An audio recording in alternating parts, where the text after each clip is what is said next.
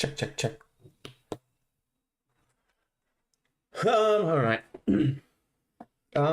Last week last Friday, last week we ended. Of course, there's someone vacuuming. We ended half an hour into this discussion between Piker and Trainwrecks. Trainwrecks was leveling a claim that there is something morally significant about preaching or proselytizing a certain set of values or beliefs in terms of moral values and political values, and living a certain kind of way. And that living a certain kind of way, it's still not entirely clear to me what his objection is.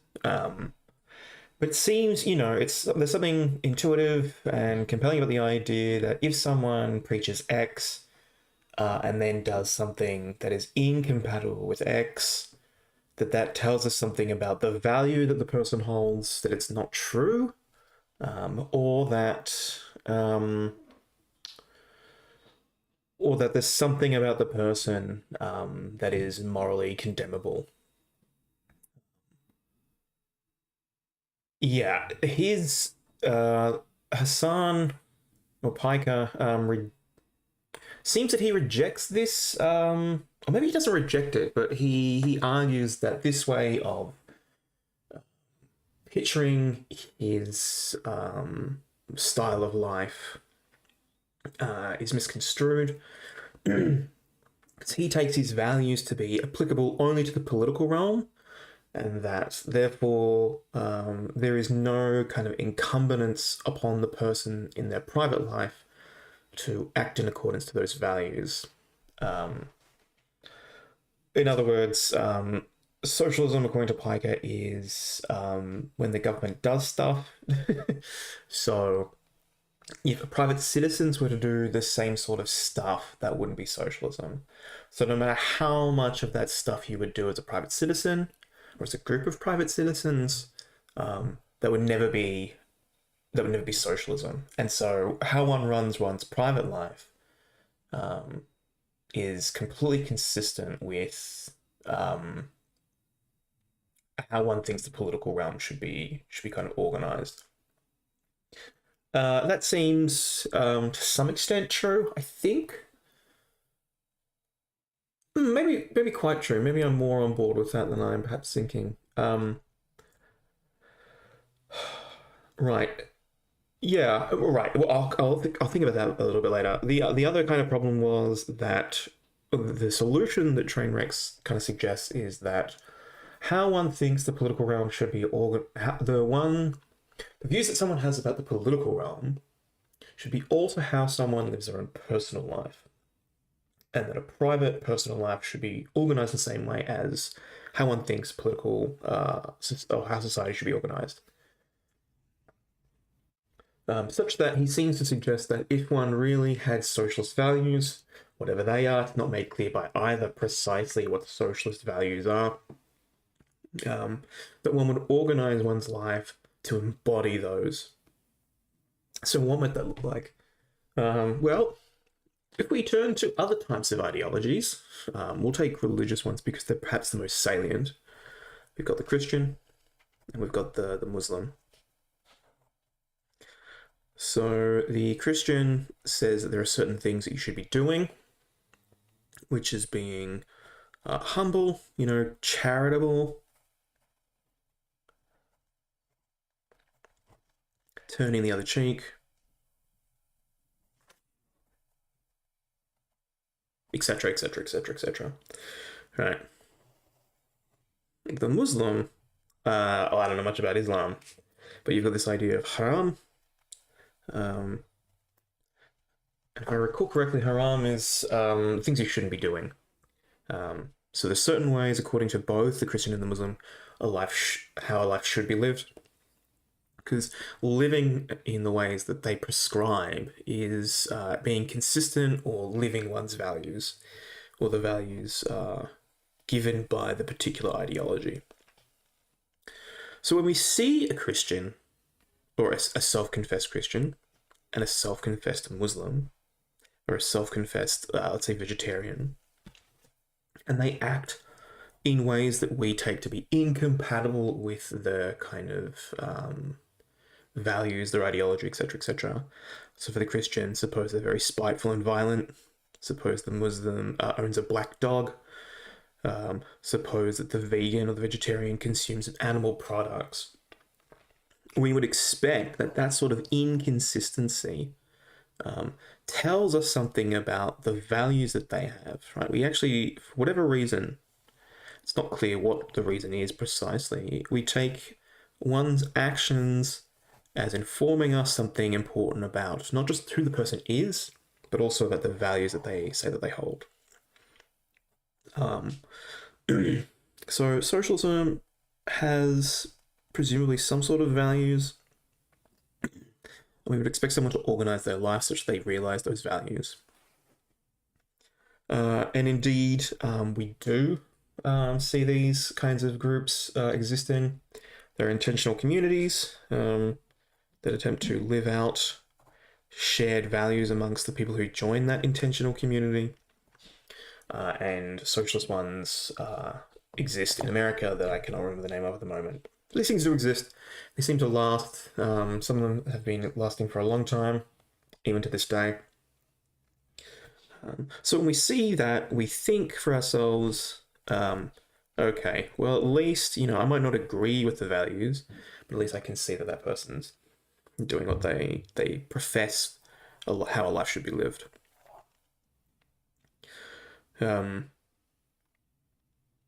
Trainwrecks makes the claim that, look, you obviously can't, if you think that... what does Trainwrecks think? It's been a couple of days since I've watched this. The idea is, why would someone be a socialist? Why would someone think that workers should own the means of production, and that the government should, and the economy should be organized such that it is either a command economy, as organized by the state, or that it should be organized in something less free, as it is now? Well, presumably it's because there's a set of values, a certain group of end states we want to bring about, and that the current organization of society, whether it be politically or economically, doesn't bring about those outcomes, or doesn't bring them about an acceptable degree, like a sufficient degree. And so one would be a socialist because one thinks that socialist kind of organizations of the economy and the government and private lives would best facilitate these values or these end states that we think are the most important. So what sort of end states are we talking about? We're talking about healthcare for all, housing for all, food for all, blah, blah, blah, blah, blah, so on and so on and so on. That satisfying these kinds of basic necessities that enable people to kind of live at all is a state of affairs that we should bring about. We look out into the world as it is now, with people with their own private lives, with their own private property, with their own private goals, and we see that the end states that we think are valuable aren't being brought about to a sufficient level. We think it's because of these freedoms that people have, and so what we need to do is we need to restrict those freedoms so that we can bring about the desired end states. And that's the kind of socialist view. That's the best way of doing that. So I presume that's what he means by these values, right? So the idea of these values, what Trainwrecks calls socialist values, even though they're not socialist, we can call these socialist values. One really cared about these to the point where one's willing to effectively restrict market and civil freedoms to such a degree in which it's ensured that certain states of affairs are brought about. One would expect one's life to already be organized in such a way to which that's possible. I think the idea for him is that that might not be socialism, and it might not be perfect, but we can measure, presumably he thinks something like this. Obviously, it's not just all or nothing. There's gradients of goodness, and you can have better or worse, and that if one organize one's life around these socialist values in the way that a socialist suggests that society and the economy ought to be organized. That although it won't bring about the most desired end state, it will push the needle forward, serving as an example to others to follow that. It's a way of showing that in reality, this type of life is worth living. It is a good life for the one who lives it, and it is sustainable. And then also it will at least bring about more good than it otherwise would have. So presumably, so he suggests some sort of weird kind of charity in which individuals in Twitch, such as himself and Piker and other kind of big names, they create presumably some sort of charity that is accessible only to particular people belonging to the Twitch community. It's not entirely clear how they would choose between which ones within that space that they would each voluntarily sacrifice or give up a certain amount of their income, and that in this part, someone or some organization would decide how to redistribute this kind of wealth. Now, I think Pyga rightfully points out that that's not socialism. And I think Trainwrecks is like, yep, if you think socialism is that the political realm and the economic realm need to be organized a certain way, then fine. But if you think these things matter simply in virtue of the values you hold, you would expect someone to be more kind of living in accordance to their values, or these professed values, than you otherwise are. And since you aren't doing that, that says something either about the values themselves, or something about you as a person, or something about this type of life that you think people should be living. We kind of ended there. So that took about 2.5 hours to get through, and that's only half the video. It's only half an hour into the video. I presume, we'll see. I presume that they're going to just kind of circle this drain about arguing that, hey, Piker, why don't you organize your life more like this? Even though it's not socialism in terms of political socialism, it is a socialist life. It is a socialist style of living.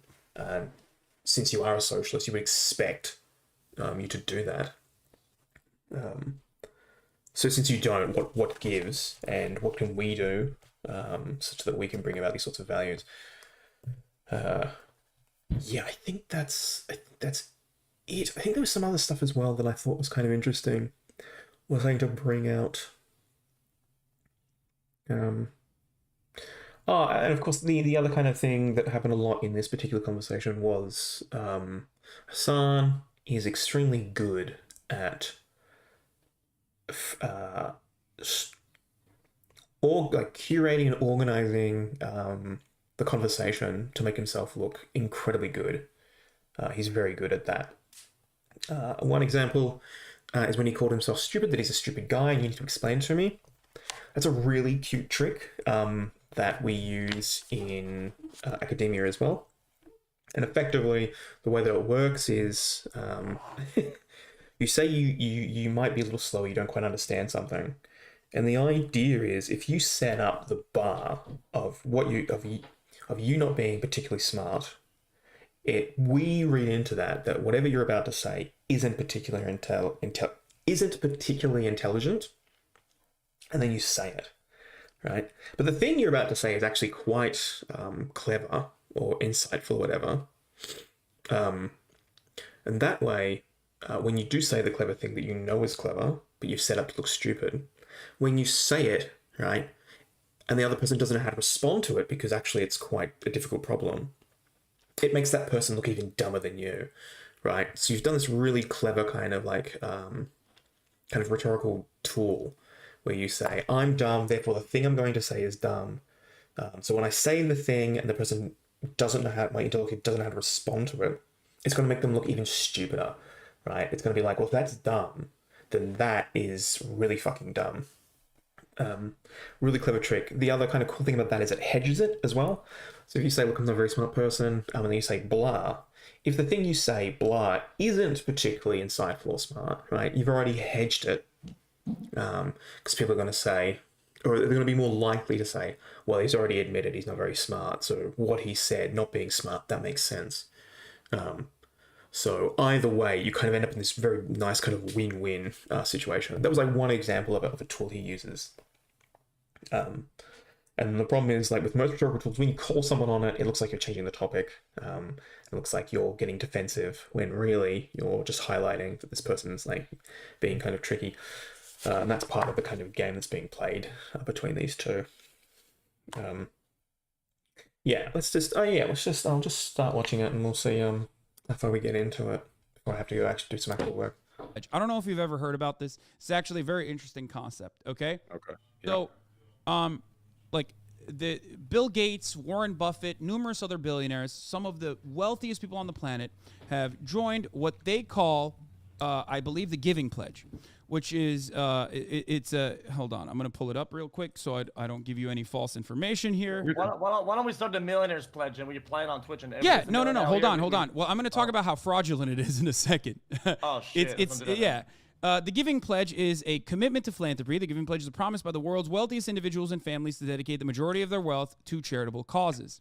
Now, the issue is that this is just simply a PR move for them. They do this because they set up their own charitable donations, their charitable contributions, and they put all of their stock options into that charity in an effort to avoid taxes, right? That is the main reason why they do this.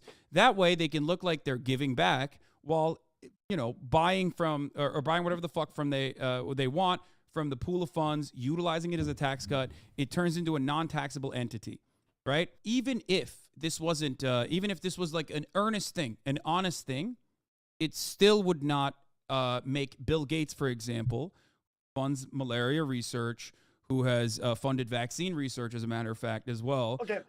This would not make Bill Gates a socialist. Okay, Hasan, I think I got you again. Yeah, so this is another kind of rhetorical tool. So the idea for Trainwrecks was that we should, as Twitch people, set up some sort of body in which we voluntarily sacrifice amount of our money. Money's put into a pot. Then some group or some sort of administration figures out how to redistribute that to a particular community. I think the viewers or people who donate to them. What's interesting here is that Piker Piker doesn't like that because he doesn't think charities work. And by work, it seems what he means is that they don't completely solve the problem. That any solution effectively is a non-solution if it doesn't completely solve the problem. And by completely solve the problem, I mean something like it will ensure that nobody is ever homeless, that there is a 0% homeless rate, 0% unemployment rate. We might think that's a little weird because life isn't static, things change all the time. It's not clear if there's enough resources for these sorts of projects, or if there are, what we would be sacrificing in order to get these projects up online. And second of all, it's not clear why he thinks the government wouldn't suffer from the same sorts of problems as a kind of charitable entity. And the way he dresses it up is that this particular institution is used as effectively a way of protecting one's personal private assets from tax. Right.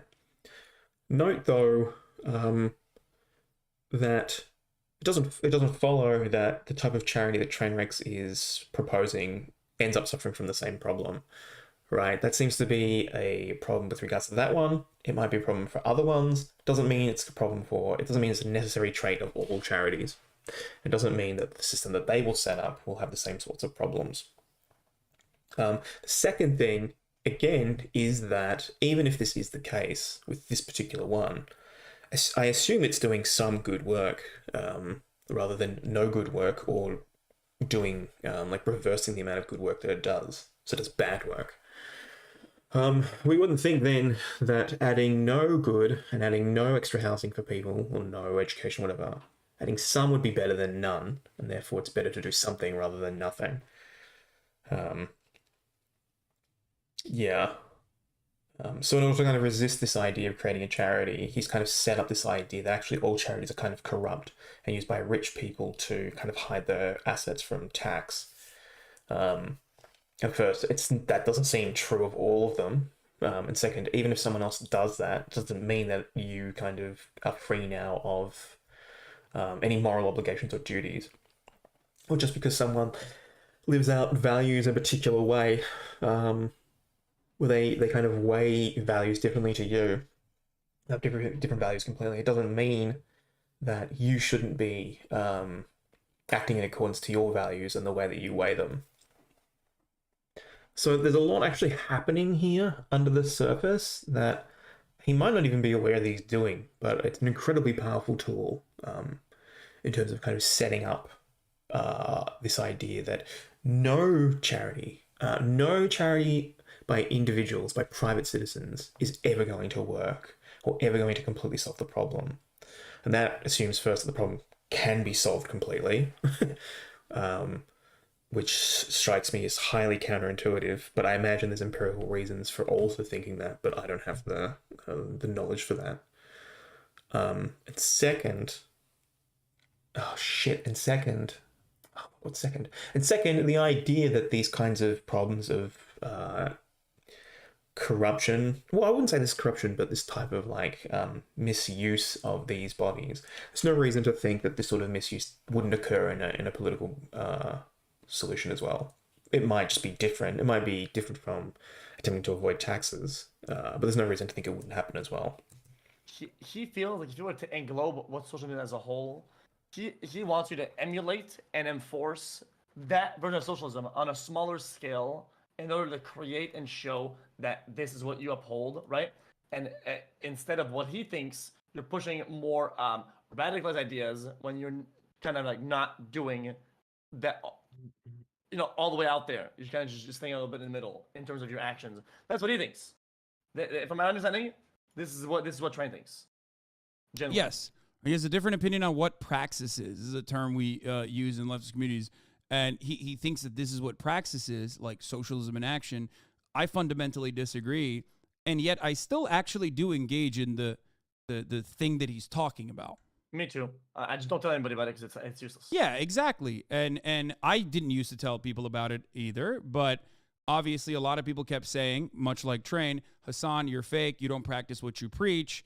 You don't give back to people, which is a false understanding of socialism in general. So I did start telling people about it. And now they say I do it for clout, which, of course, I always knew it was going to be a damned if you do, damned if you don't scenario. So I just do whatever. He sets himself up as a victim as well, is that he does good things. He doesn't tell people because he's very humble. And then he gets sacrificed. And then he chooses to tell people in order to avoid that sacrificing. And then he is still taken as being a bad person. Praxis. Oh, very Greek. Right. Well, he says that, but I presume that this Socialist Intentional Communities America.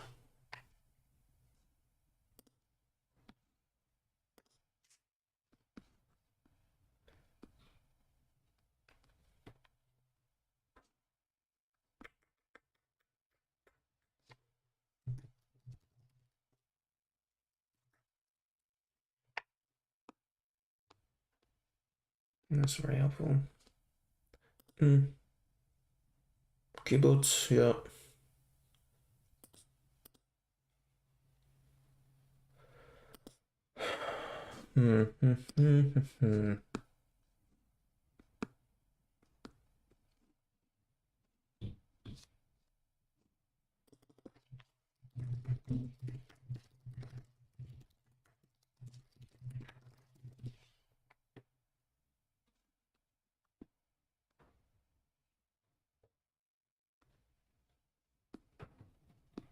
I'm positive that there are.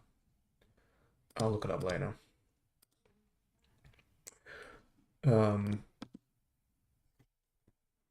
Yeah. the fuck I think is the right thing to do, and I keep my fucking head down and do it.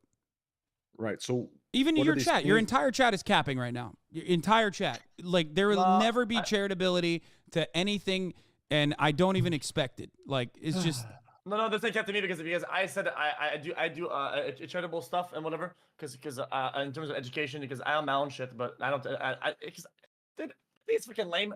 Whether they think that I do or not, or they accept it and they validate the amounts or not, I think it's useless to talk about it. I just do it because it helps, and I'm sure down the line, something that was helped by one of these things when when they're balling out and they're millionaire, they will do the same thing, and there's done no effect. I truly believe that giving back into systems like healthcare, like education, when somebody is a recipient of these things, when they ball out, there's a good chance they'll do the same because this resonates hard with them. It creates a domino effect, and the more people do, the more it resonates and the more it grows. That's how it is. That's my perspective. That's my view on it. But I don't think I still don't think that's socialism though. It's not. I don't think you're you would say you're a socialist or you would be a socialist for doing that. I don't think Train is a socialist for doing the charitable donations to RAD. The system itself would be a socialist one. Do you understand? The system, the idea of it. That's right. Not the actual donation. Well, I also personally it's gave you an system. example. I gave you an example of like commodity production or creating something new and different that in the form of like the podcast that is a cooperative style governance, I guess. Would you agree everything you've mentioned that you do that you believe is aligned with your ideas of socialism, you profit from? Don't you think that's yes. just a little distant? Yes, no, that's literally okay. See, this is perfect. Thank you for saying this.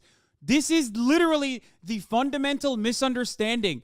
Socialism is not about doing things because you're a nice guy. Socialism is just about who is producing the shit and how much more freedom they get. There is a difference in profiting more from the preaching or the ideas of the socialism, right? It's not like you're making a business, right? And then you're getting no, that is a business. What I described to you is a business. What I described to you is a cooperative formation of a corporation. A percentage of everything that you do in the name of socialism should go towards systems? Train, you're not understanding. Train, you're not understanding what I'm saying. Train, okay, continue. You literally there are many different ways of democratizing a workplace or democratizing an economic organization of society. One of those, is a cooperative corporation. Okay, that is precisely why my producer, who is producing the labor, who's creating part of the podcast, who sets up the Patreon and whatnot, and sets up the cameras, for example, that person is getting 1/3 of the overall revenue. Okay. That is inherently a socialist formation. He also has autonomy. He also gets to say, I want to do it on this day. I want to do it on that day. Okay, I want to do the podcast on this day. These are things that we democratically decide. Now, this is a cooperative corporation. That is actually closer to like what is literally socialism, at least in a corporation, a socialist organization of the economy within the corporation, than anything else that you have described. That would be one form or one aspect of democratization of the workplace. Okay? That is actually what you want out of me. I'm already doing that. But if you're talking about like setting up a system or whatever you want to call a charity. How does that work with Twitch then? So you bring up the podcast. How does that work with Twitch, right? Let's say hypothetically you're making $6 to $10 million from an ad heavy deal, right? Which if you show that deal, which you can't because you're binded by a contract. Do you think I should pay my viewers for watching me? Not Twitch? pay your. I'm referring to you bring the podcast up as 1/3. Are you paying, right? Would you pay the viewers?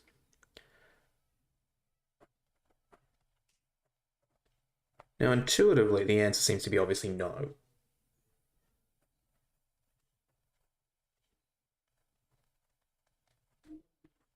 The answer is intuitively no. Well, let's go back to the podcast. We talked about this last time as well. He said one of the particular members of this podcast group gets paid 1/3 of the generated revenue. The idea is that as a group they decide what gets recorded, when it gets recorded, and then he has a kind of autonomy about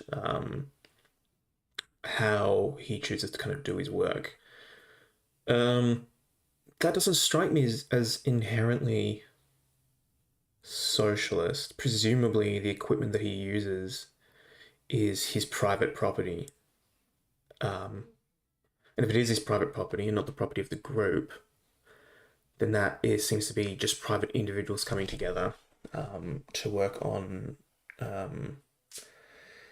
They have a kind of a set contract that they've negotiated, that they bring their private capital into to produce the labor or produce the goods or services.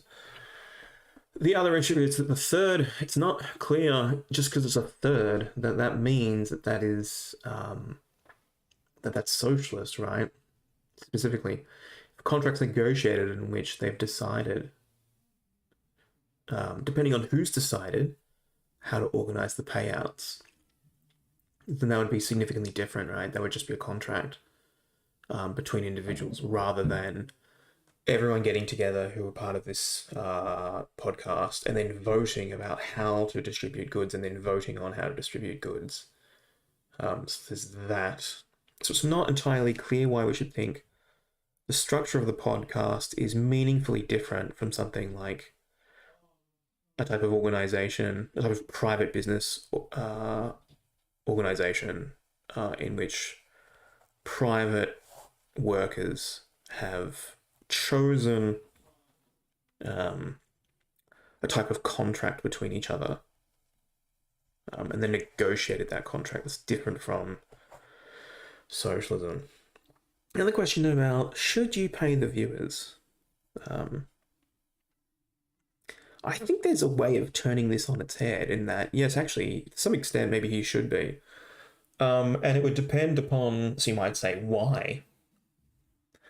Well, part of the appeal of this sort of entertainment is the chat. This group of individuals who come together to end up kind of this weird amalgamation of they end up coming together in this weird amalgamation to form this sort of like entity that we call the chat, that we generally treat as like a kind of amorphous individual themselves. Part of the entertainment of watching a Twitch streamer is in part watching the chat. The chat does bring something to the chat does bring something to the stream. If you are for some reason watching this and you know the stream is empty or there's no one chatting, right, you are more likely to turn it off or not be interested, right? It's like walking past a restaurant and you see individuals in a busy restaurant and an empty restaurant. Something tells us, like intuitively, we kind of trust the kind of minds of others as indicators of what to believe, what to do, blah, blah, blah. So we see the chat, and the chat is in some sense doing some sort of work for the streamer in that it adds something, it adds a liveliness to it, it adds an interaction to it, and if you're a passive viewer, you might get something out of that, right? If we thought about if we imagined Hassan Piker streaming without chat, like chat was non-existent and nobody, like the chat room was open, but nobody ever said anything. And then we had Hassan Piker as he is, which is with a very active chat space. Which one is more entertaining? Which one adds more value? Which one would you be willing more to watch? I think for most people, the answer would be the one with the active chat room. And if you think that that is a more attractive kind of thing to buy into, then it seems that the chat is adding value, is doing some sort of work for his business. Now, if that's the case, right, then it seems that they are doing some sort of labor, right, which is interacting with him, right, to which he responds in kind. And this adds something of value to the final product of his stream, which otherwise would not be there if the chat didn't do anything. Now, if I understand it correctly, value can only come through labor, according to the socialist, such that any value that's created has to be created by someone, and any extra value or use value or whatever that's added to something has to be added by by people putting in labor. So if we have these two worlds, one with no chat group and one with a chat group, and viewers would be more interested, who don't do chat at all, would be more interested in watching the one with the active chat, right? Then it seems that the chat has added value through the combined labor. And if that's the case, then they are entitled to, since they have done some labor, they are entitled to some of the profits. Now, it's not entirely clear. You get to really, I don't know how to answer this. Again, I have a very, very loose grasp of socialism. If that's the case, it's not entirely, in some sense, you end up in this weird situation where viewers who interact with the chat, who make the chat interesting, are not just consumers, but they're also laborers. And they are laboring no different from Piker, right? So actually, they are entitled to some of the profits that are generated, which seems really weird too, right? Because they are not just the beneficiaries of the stream. They're also the ones that pay for it. But presumably you would have to work out then, you would have to work out how to redistribute the profits that Piker receives to the viewers. You would obviously have to figure out which chatters, and it depends upon your pattern of redistribution. If it comes down to which chatters are most active, which ones add the most value, and then you would need to do some sort of like democratic vote as to how individuals in this chat room would get this. And that's not even including moderators, right? So if you've got moderators, which presumably he has many of, these individuals, I presume, don't get paid, but they are doing labor. They make the chat more safer, I suppose, or cleaner, more user-friendly, more viewer-friendly, and business-friendly. If they're doing that, then they are arguably also adding labor to the chat, which, again, is part of the value of your stream. And if that's the case again, then they are owed, they are entitled to a portion of the money that's made. How much, I don't know. That's not the point. The point is that they are. And indeed, maybe even the chat itself is, even if you aren't a moderator. And that ends up in a very strange kind of place, right? Yeah, and the fact that this money just goes straight to... So you can imagine in this world, in this kind of microcosm, that Hasan Piker is the secretary. He is the secretary of Pikerland. Here are the workers, and they add money to Pikerland. They, for whatever reason, they donate of their own volition.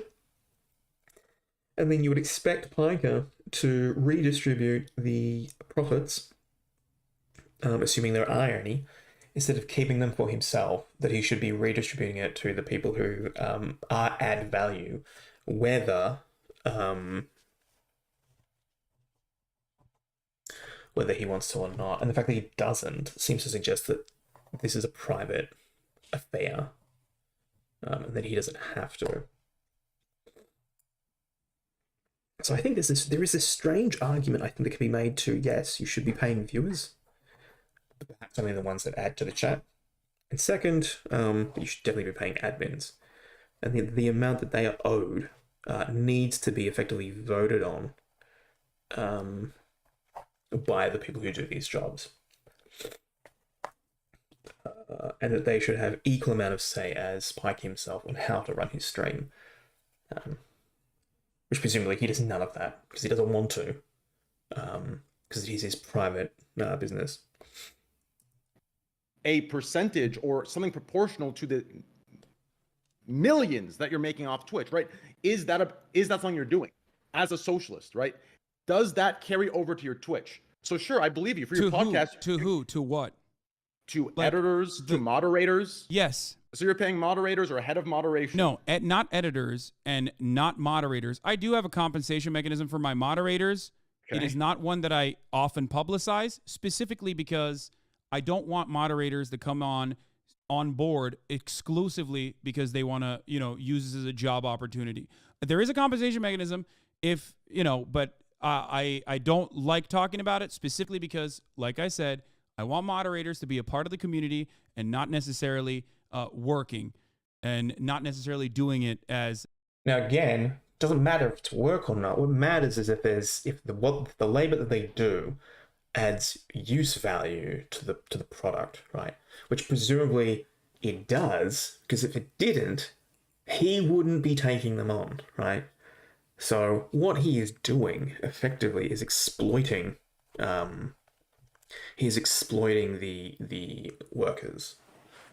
He's exploiting the people who he sees people who voluntarily choose to give up, and he compensates them instead of recognizing that they are now owed, since they are workers in his system, that they are effectively owed something, which is a part of the profits, because part of their labor is adding value to. This, of course, if you accept labor theory of value, their labor is adding value to the final product, because arguably, if they were not there, it would make things not as good as what they would have been. And he would not hire them or bring them on or give them those sorts of administrative abilities in his chat if he did not think that they were adding something to the experience of his stream. So it seems that, yeah, these people are owed not just profits, but the stream needs to be democratized such that these people now get a vote on how the stream is organized and how the donations that are sent Piker, how they are redistributed amongst these particular workers. What you might think, because it seems really weird, right? We wouldn't expect, if you had a supermarket, if you had a factory that made clothes, you wouldn't expect someone to volunteer their time just because they really like the owner or the fashion brand. Some people might for like internships, but that's a totally different kettle of fish. But you wouldn't expect just a normal person to be like, I'm going to do an hour work. I'm going to do work for this particular business because I like the brand, and I don't expect to be financially compensated anyway. He said they're compensated. It's not entirely clear what he means by that. Maybe they're given special access to certain kinds of things. But this should strike us as being clearly capitalist in the sense that, in the Marxist sense of capitalist, which is that workers are being exploited for the value that they add to the product, and that one particular person, the owner of this private affair, is effectively keeping the profits.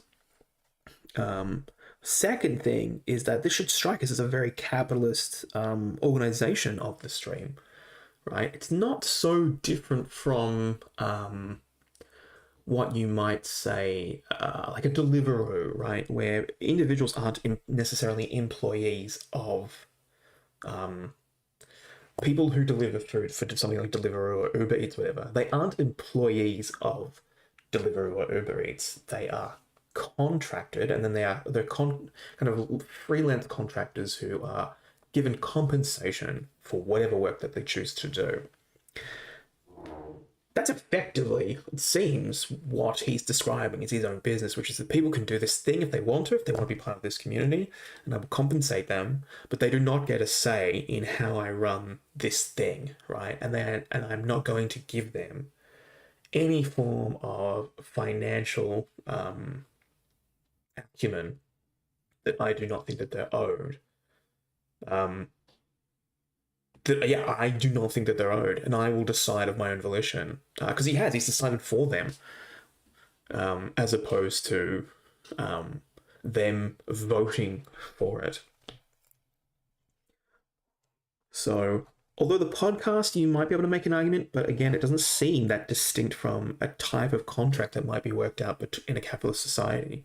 But the stream in particular does seem problematic, and it seems problematic, maybe not for the reasons I've described, but it's not entirely clear, at least top of my head, it's not entirely clear how one could even organize, or how the government could organize a streaming site to be publicly owned or owned by the workers. It's not like that. Yeah, that seems really difficult. That seems like a really hard problem to solve. Labor, which is most of the reason why I try to, as best as I can, maintain all of the other avenues of moderation on my own, whether it be running ads, which, by the way, I should be running at least a middle of the hour ad break and things of that nature. Wait, let's stop. Everyone, both of you are on your as ad far heavy as deals. as far as hold on. As far What is as that? editors goes, yes, of course, I pay editors directly. I pay editors directly out of. Wait, I don't know what he's. I don't know why he's saying. I was that. saying play your minute ad and I'll juice up. No. Anyway. Listen. Listen. Oh, what happened here? As far as payment structures goes for my editors, they are the ones who make their pay. In many instances, they're making more. They are the ones who I routinely have a conversation with, where they're the ones who dictate what their pay is. I'm routinely paying them even more than the value that they're actually generating for the videos that they're creating. And the only way I can subsidize that is because I'm making money off of Twitch. So in a way, yes, I am utilizing Twitch revenue to pay some of my editors. But not your moderators to the same percentage as, let's say, the podcast to your Twitch. So if the editors are being paid more than they're worth, that also doesn't strike as a socialist, right? It just strikes as a really bad contract. The idea is that they should be owed the amount and perhaps no more than the amount that they generate. If he wanted to organize it, that sort of thing in terms of socialism. But again, they would have to... I mean, what's interesting particularly about the streaming stuff is it's not clear. I think it raises a lot of like practical problems for this sort of thing, right? Because you've got the streaming, you've got the videos that are being made, you've got those two things. Then with the streaming, there's the mods, there's the chat, there's editors. It's not entirely clear, like, because the video editors add something to the video. They don't add anything to the stream, presumably. Right? But presumably the mods and the chat, since they add to the stream and the stream is used for the videos, then in some sense that the mods are adding and the chat is adding something to the videos as well.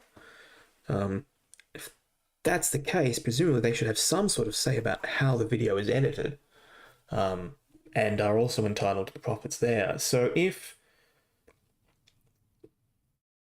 editors are being paid more than what they're worth, or being paid more than what they've generated, then presumably someone's being exploited, right? According to labor theory of value. It's not entirely clear who's being exploited in such a situation. You might think it's these other groups that help with the stream.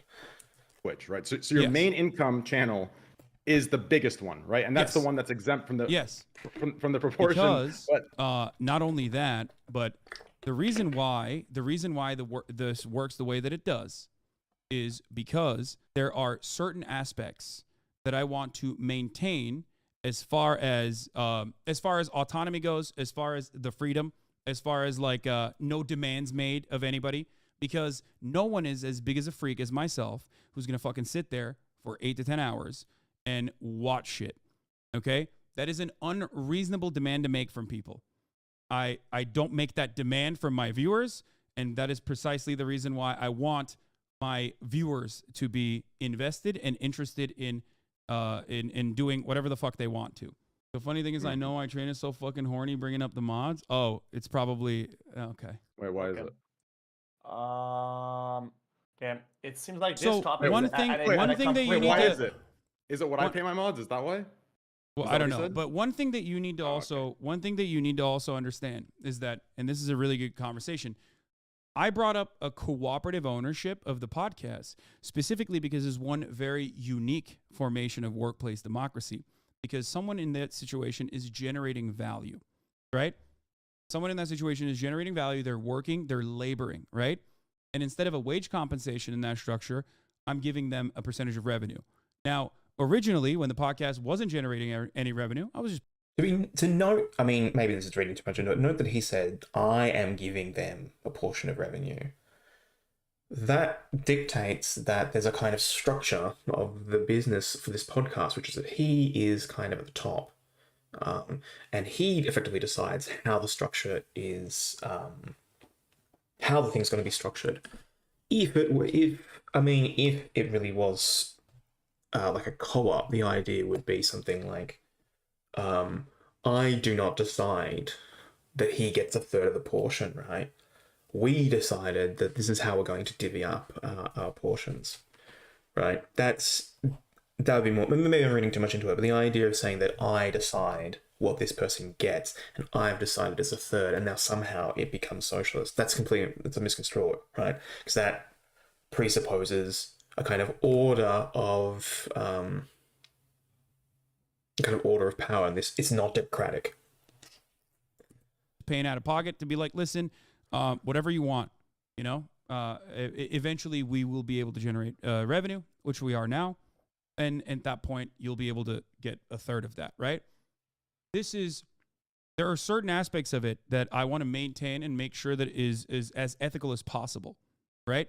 In that structure. That is the reason why I brought up the third in the cooperative formation, a third of the revenue in the cooperative formation, is because that is only one element of a pay structure. There are many different ways of doing it, but the one fundamental thing that remains is worker autonomy and people that are generating value getting back what they make, getting back what they add.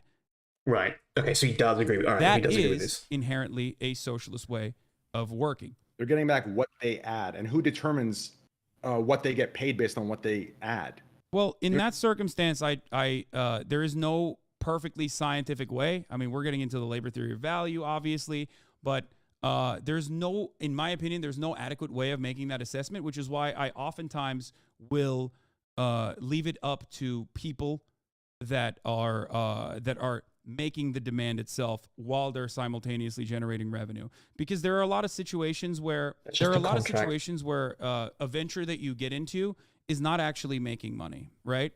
And I think people are still generating some sort of value even when they're not actually making money, because even when the business itself is not actually making money, because the business could potentially make money in the future. Do you understand? That doesn't make any sense. That's like a massive problem. theory of value. Left up to the people that left up to the people that are working in that circumstance. So how much is labor? Right. So labor is generated, or value is generated through labor. How do you decide how much value or how much someone is owed through the value they've generated? You effectively have to negotiate out some sort of contract. Ends up falling back onto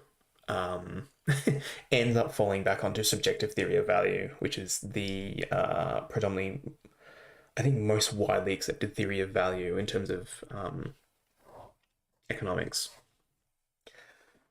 Which is kind of funny to hear a labor theory of value person say that, because effectively they've just retreated back to the opposing theory of value in order to get their value theory over the line. But note again, like, he is basically saying that he will only enter into a contract, and this is important, it's a contract, not a vote. He will enter into a contract which he deems to be acceptable. And again, a third, right, of the revenue, that completely depends upon how much value is being added by this particular person to the final product, right? This person might be owed more than a third, right? This person might be owed less than a third. It's also important to note, again, so you have another problem with the stream, which is watching all these videos, right? He's watching these videos. Imagine a stream of Hassan Piker without the videos, and imagine a stream with the videos as it is now. Which one is more valuable? Well, presumably the one that's going to generate more value, that's going to get more attention and be more entertaining, is the one in which he's watching videos. And these videos didn't come out of nowhere. They came out of someone's, according to this theory, of someone's labor. that they came out of someone's labor. It means now they have contributed some sort of labor to the value, the use value of his product, which means they now are owed something in return. They are now owed some form of compensation. And the compensation ought to be, and if I understand again, not some sort of payout, because that presumes that they're not owners, right, of the final product. So they also, whoever he watches, should be part owners in whatever he's doing, right, such that they can vote on whether the video is going to be watched, how it's going to be watched, blah, blah, blah, blah, blah, blah, blah, blah, blah. And indeed, actually, come to think of it, these videos, I mean, he doesn't find them on his own, right? The chat finds them, right? Or he finds them on Reddit or whatever. So we end up with this kind of thing. Some of these chatters who, suppose chatters send him videos and say, hey, look at this video. Isn't this interesting? Right? That chatter has done some labor, and their labor, regardless how small it is, has added value. Because without it, it arguably would not have been the case that it's found, right? If it is found, it's found by someone else, which means, again, it's been brought about by someone's labor, which is they've looked for it, they found it, or whatever. They are now owed something, right? Because if he is making money off someone doing something for him, which is outsourcing effectively research, I mean, you could recognize this sort of thing as like the videos. It's like, how do you find these videos? We have to research. Who's doing the research? It's chatters. Chatters, he's effectively outsourced looking up and researching things that chatters find for him, which means chatters are doing labor for him to produce his final product, right? Which means they should be co-owners and they should own something. They should own something in this business. Again, it's not entirely clear how you would organize this, except that value is subjective and people can organize it and they value things differently and then they come to some sort of mutual agreement. But that's too capitalist. That's too much market freedom. So we can't have that. So he needs to find something to solve that. But it is very telling, I think, and we should take this very seriously, whether or not, look, regardless of what you think about this, we should take very seriously that if you say you're a socialist and that what is really at heart is like people who pour in their labor into some sort of product, and then that product produces a value, a use value, that person now is owed something.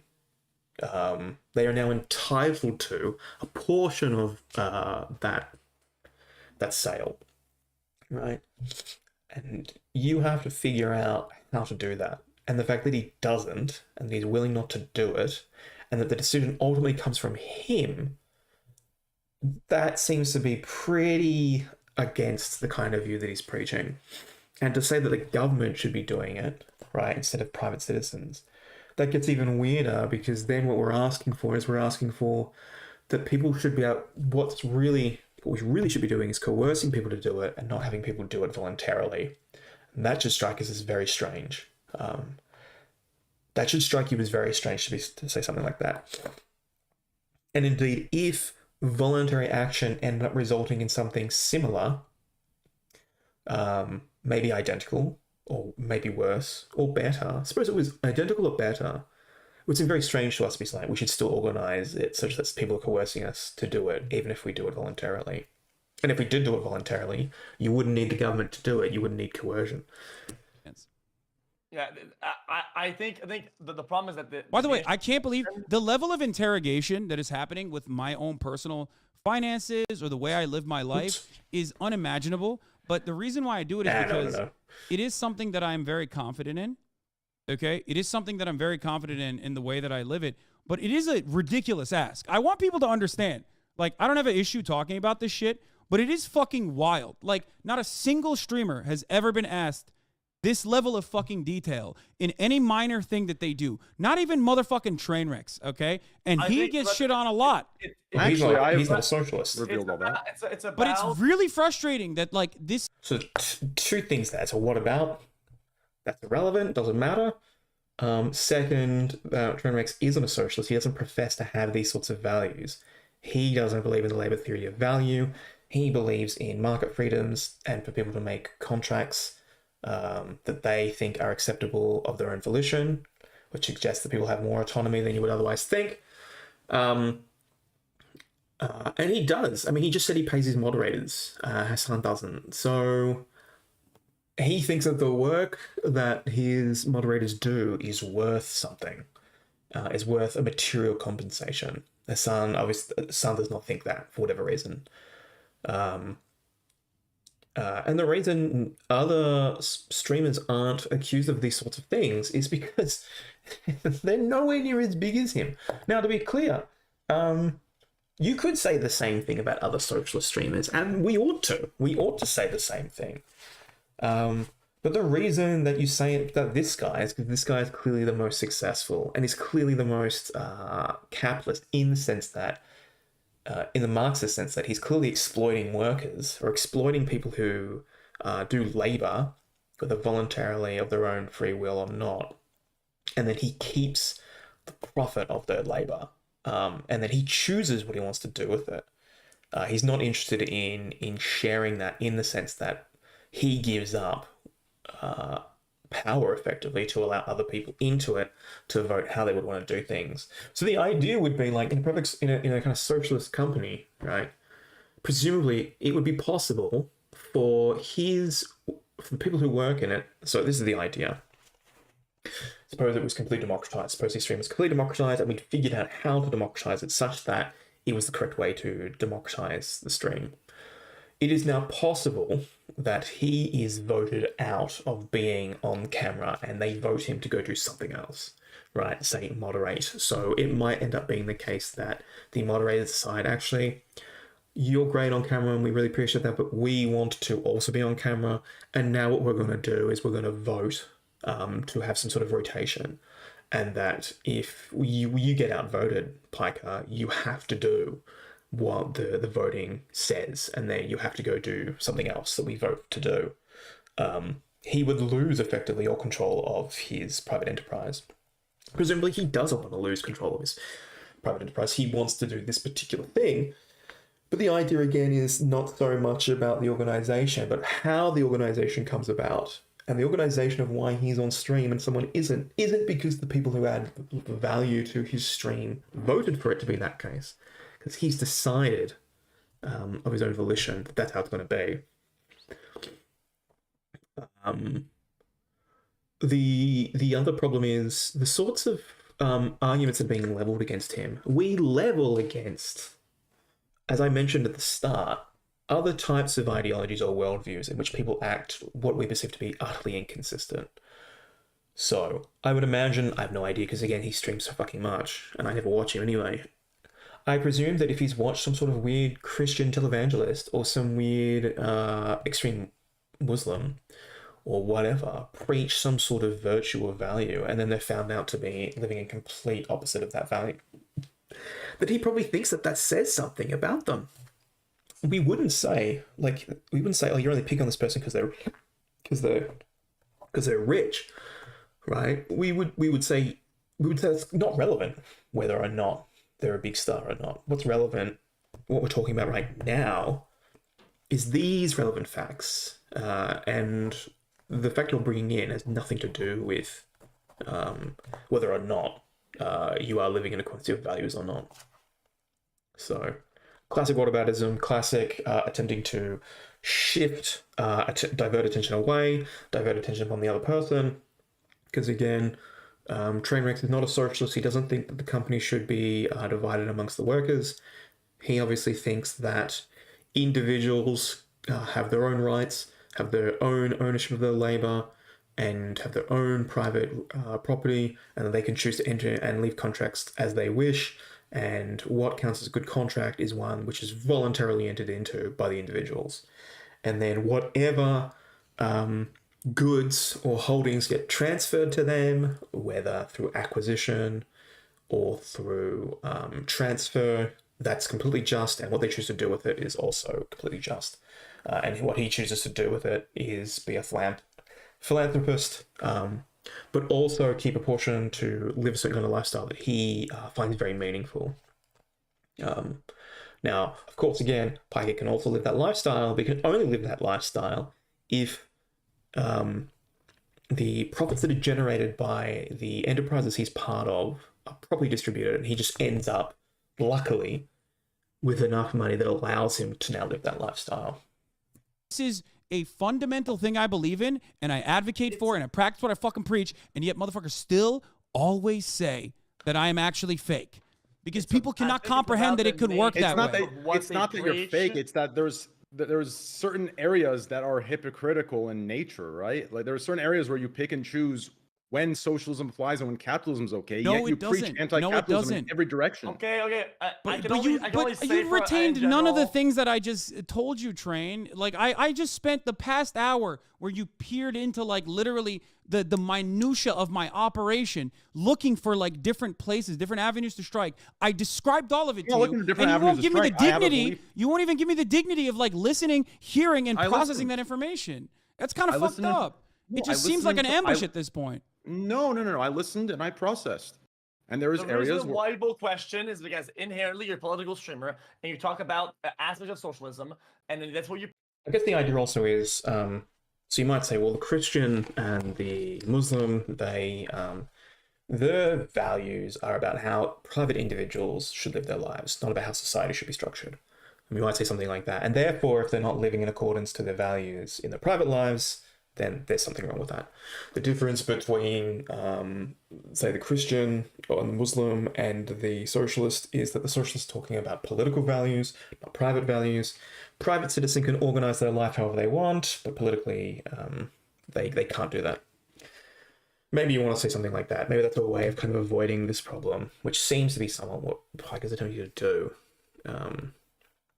Because he's effectively saying that I've described to you how my private life or private affairs are organized, and they end up being a mixture of the two, and I do it as much as I can, but ultimately it doesn't matter, because what really matters is the political organization and the economic organization of society. The obviously problem with that is that Islam definitely has a view about how society should be organized, and indeed the Christian to some extent also thinks that there's a way society should be organized, although not to the same extreme. But even if that weren't the case, we can imagine that, and indeed there are groups that do think that society should be organized a certain way in accordance to their religious values. If, again, we saw someone preaching that the political realm should be organized in according to their values, and that we found out in their private life they weren't doing exactly what those things said, we would take issue with that Christian or that Muslim not living the way that they said that society should be organized, even, and they're not doing their private life, right? And I would say that there's probably, it might be a matter of degree. There might be some sort of sufficient threshold needs to be reached, but we would expect the Christian or the Muslim to live to some sort of sufficient level in their private life. In other words, we should expect them to practice what they preach. So this idea that there's some sort of separation between the personal and the political with regards to values, or there's some sort of excuse that can be made between political values and therefore not needing to be part of one's private life and vice versa, that seems patently false, because we are very willing to say this about other ideologies and worldviews. So why should we not say it also about this particular worldview? Just because it doesn't involve a deity or some sort of biblical text or scripture doesn't mean that we shouldn't be applying the same sorts of reasoning to it. Preach. It's like saying, yo, dude, why do people ask what stocks a stock streamer has on the stock market and not the Apex streamer? Well, because the guy who plays Apex never talks about stock. You talk a lot about like finance and the means of production and all the money assets. Of course, they're going to inquire about where your money is and what you're doing with it to better these systems that you're talking about. I think it's just not necessarily true. No, the only reason why they do that is to literally look for hypocrisy baiting, and it doesn't even matter. No matter how genuine, no matter how consistent you are, it literally doesn't matter, because ultimately, like in the beginning of this conversation, I had a conversation with Trainwreck about literally something that he believes I did that I told him I didn't do, and he couldn't bring up any fucking counters to it. Like, he couldn't bring up proof to it, and yet we still left it on a 50-50 split. Well, for that, I remember Like, that's happening. crazy. But the point of that was the pattern of behavior, right? And I have a lot of viewers messaging me; they remember exactly that, right? But to bring up a clip regarding passive shit talk or the letting of, to kind of push the narratives, right?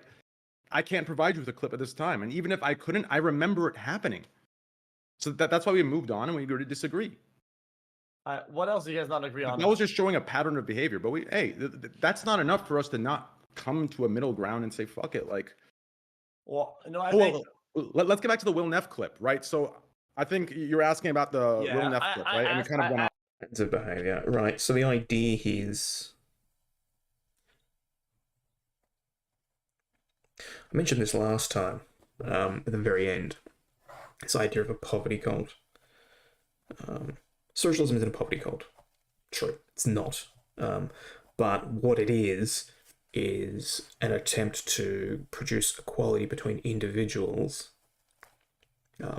What that equality looks like depends on socialist to socialist, I imagine. But the idea is that sacrifices need to be made to reach some sort of threshold. Right? Everything gets paid for in some way.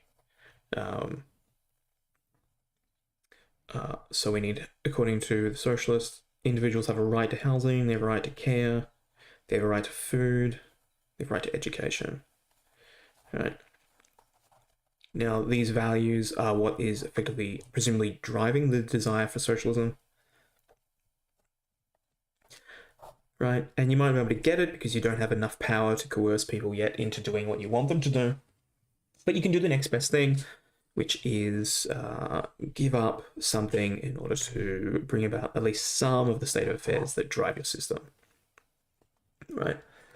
And the idea is, again, you would want a more equal society, which means you would need to give up more and more and more, to the point of marginal utility, to ensure that you maximized the values that are driving your political agenda, right? And then once other people are coerced into doing it, you might not have to sacrifice as much. So the problem isn't that, again, Piker owns or lives a particular kind of lifestyle. The problem is, or at least what's thought to be hypocritical, is that the idea is that if these are the values that you are willing to use force on other people to achieve, then presumably you would be willing to kind of like sacrifice all your other kind of values. You would weigh these much more than you would weigh your kind of values in luxury. So when you buy a $3 million house, for example, right, or a fancy shirt, $1,000 shirt, you could have done that, or you could have redistributed it to the people who work for you, and given up capital, such as ownership of this private affair that you're running, and given them an equal share of it, and democratic voting rights that are equal to your own. Or you could have helped work with someone who works in the charity world that will bring about more equality than otherwise it would have been. So when you spend $3 million on a house or $1,000 on a shirt, you could have redistributed to your workers, or you could have sent it to something that is going to bring about your values, even if it isn't the way you want those values to be realized. It'll at least realize those values to some extent. You could do that, or you could just leave these people to die, right? And presumably the way that he lives and the amount of money that he earns and what he does with it isn't in accordance to the first two things that I mentioned. It is, I would rather live high and let die than satisfy my values, my political goals, or how I think the economy should be run. So you can imagine it like this. There's like a ranking of values that people have, and when one person chooses one thing over another, that reveals to us the order of the things that they value. So, for example, if you profess to really like chocolate ice cream, but you keep buying white chocolate when you have the option to buy chocolate ice cream, that reveals to us that actually you don't care about chocolate ice cream as much as you care about white chocolate. So the order of your values turns out to be different from what you're saying. I think the idea here is that you have this large amount of money that's been given to you, and you are entitled to it. At least under a private capitalist system, you're entitled to it. Or maybe morally, you're actually entitled to it. You could choose to redistribute it. You could choose to give it to a charity, which will realize your values, even if it's not through planned economy.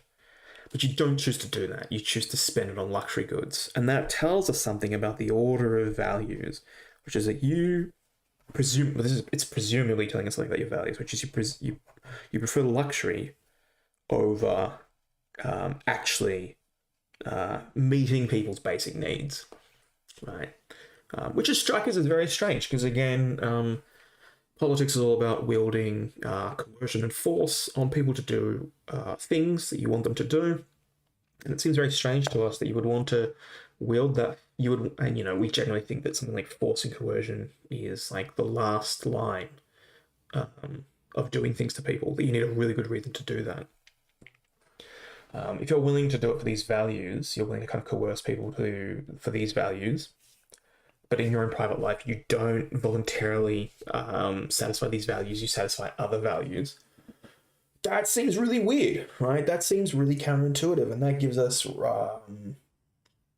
point to ask, like, well, if you don't, then why should I? Yeah, again, it's not socialist to give up these things, but the idea is if these values are what is driving your adoption of socialism, we would expect you to act in such a way, regardless of whether socialism is going to happen or not. What did you bring up about the charity for Turkey, and how did it come about? Why did you say it? What Just did watch you the mean? clip. Okay, fair enough. Let's everybody. I'm going to link a clip in the current chat going on over there, and you're gonna click and you're gonna watch it on your own with your community, and then we'll discuss when Train picks up, and not us. Okay. Train will start because it's his clip. It's midday for me now. It's time to go shopping. It's time to do work. It's time to write papers. We will come back to whatever this is tomorrow. Right. What should we end on? We should end on thinking or reflecting upon socialism is a system that suggests that people should live a certain kind of way. Right. And if they don't want to live that kind of way, they need to be coerced into doing it. Right. We tend to take coercion and violence to be very serious, and so if you're going to do something like that, you need really good reasons for doing it. The really good reasons are the thought that there are certain basic rights, basic positive rights that aren't being met, and that this is justifiable reason to coerce and force people to live a certain kind of way so that you can maximize the satisfaction of these positive rights.